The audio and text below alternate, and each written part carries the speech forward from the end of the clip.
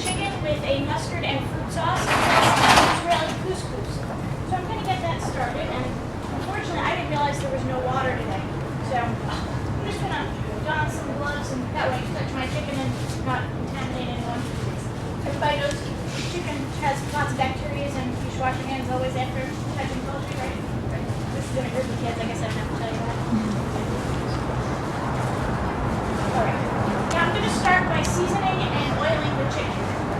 Now, what I focus on is heart-healthy cuisine, because I don't know if you know what the ratio is in America these days, but I read yesterday 75% of the U.S. is obese. I thought it was only 65. Either way, it's a frightening number. So, when I oil my chicken for seasoning, I'm actually going to put the oil on the chicken as opposed to in the pan.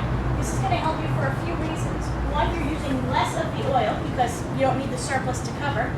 Also, you're not going to have the spitting because there's no problem. So I'm going to start by searing this and hoping that this is going to work for me. And I have to warn you, today's my first day doing this, so please bear with me. And if it's bad, I'm really sorry. And if it's good, well, that's even better. So most of what I do is personal chef services. And again, I was telling you, in the U.S., obesity is at extreme high. So what I like to do is prepare meals for you to reheat yourself. So kind of like Weight Watchers, but instead of only having maybe 6 options, that's everything you want. I'll prepare the meal especially for you. Or another nice thing is the portions are going to be a lot bigger because I can plug vegetables and other things like that, which Weight Watchers meal is not going to provide you. Now, my seasoning blend is a little bit of salt and pepper, but as well it has some paprika in it, some chili powder. Paprika is known to give a little bit of a salty flavor, which is good because you don't need as much of the sodium. And that's another way to cut, some of the bad stuff out. But you'll see later that all this is going to have a lot of flavor, using a lot of natural, healthy things. Now, on the avenue of think local first, all the protein is from Adams today, and that's only because Quattro's wasn't at the farmer market this weekend.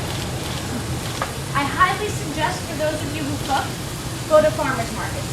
They have wonderful products, and it's all local, and go to the think local first. Plus, 90% of the area is organic style, and what I mean by organic style is it's extremely expensive to become certified organic.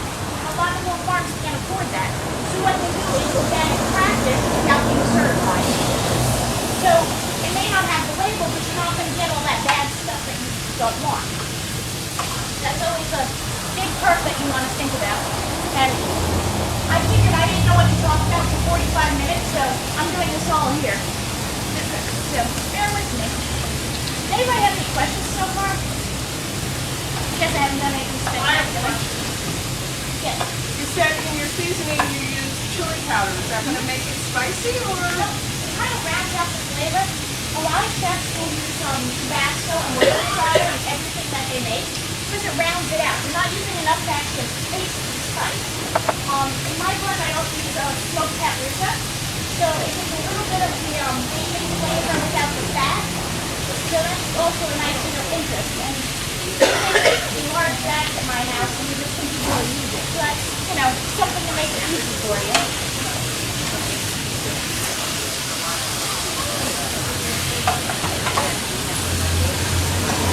So I'm going to put the salt a lot less than I am doing. Speak up! I'm going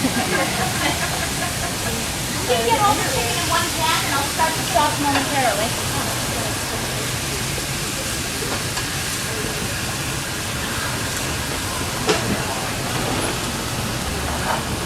I'm hoping that's pretty good.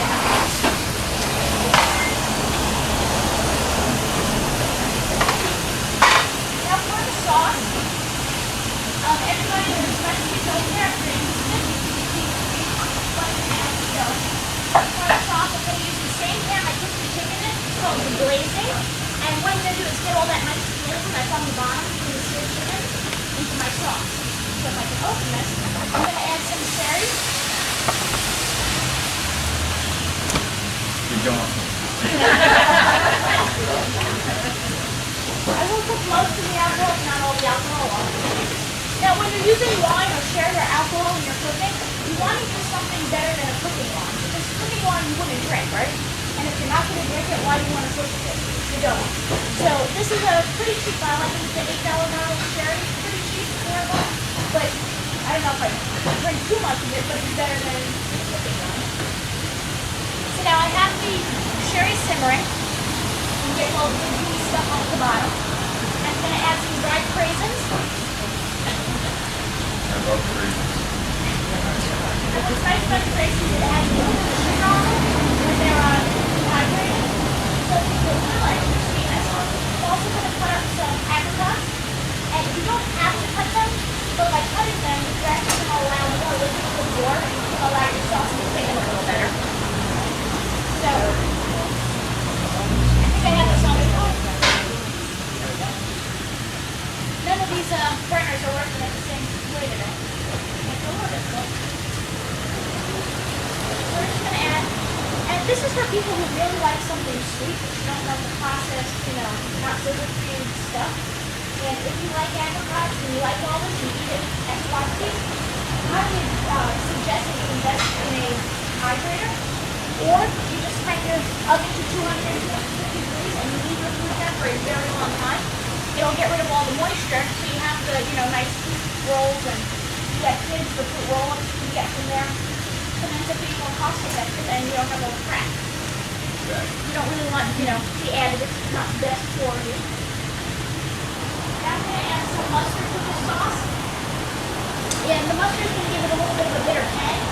So it's going to be almost a sweet and savory type of sauce.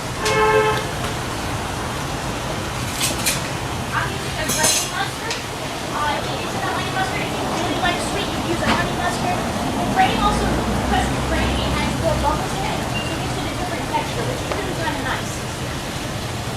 So I'm just going to kind of whisk all this together. And I'm going to leave it for a little bit. If you use Dijon mustard, or what do you decide? You could. Dijon's a little creamier. You can really use whatever your taste, likes. This is just very simple, very plain, but different than using the powder. Yeah, more better. I like it better. Yeah. So, it's grainy mustard is a little bit more bitter, a little more intense in flavor. Okay. So this is going to give it a little more drastic zing. Yeah, right. And I'm just going to let this simmer for a minute, and then I'll add the chicken back in a little bit. Now, if I can get this one going, it's going to be really good shape. I've had musical burners today. Now, this burner, I'm going to make an Israeli couscous. Has everybody had couscous? Okay, well, couscous is a pasta, so don't let them fool you and think it's a whole grain. You're still using a lot of carbs. But this is the Israeli version, which is a bigger bowl, and I have the finest wonderful texture of it. So, do my Israeli couscous, and I don't think I have enough room in that bowl for another one. I'm going to add some vegetable stock. You can make it yourself, or you can buy stock that's already made, or you can buy bouillon. Bouillon has a lot more sodium than if you were to buy it in the can. You always want to look for low sodium to always season more later. You can't take salt now. I have this on my, I think I might be able to get away with it.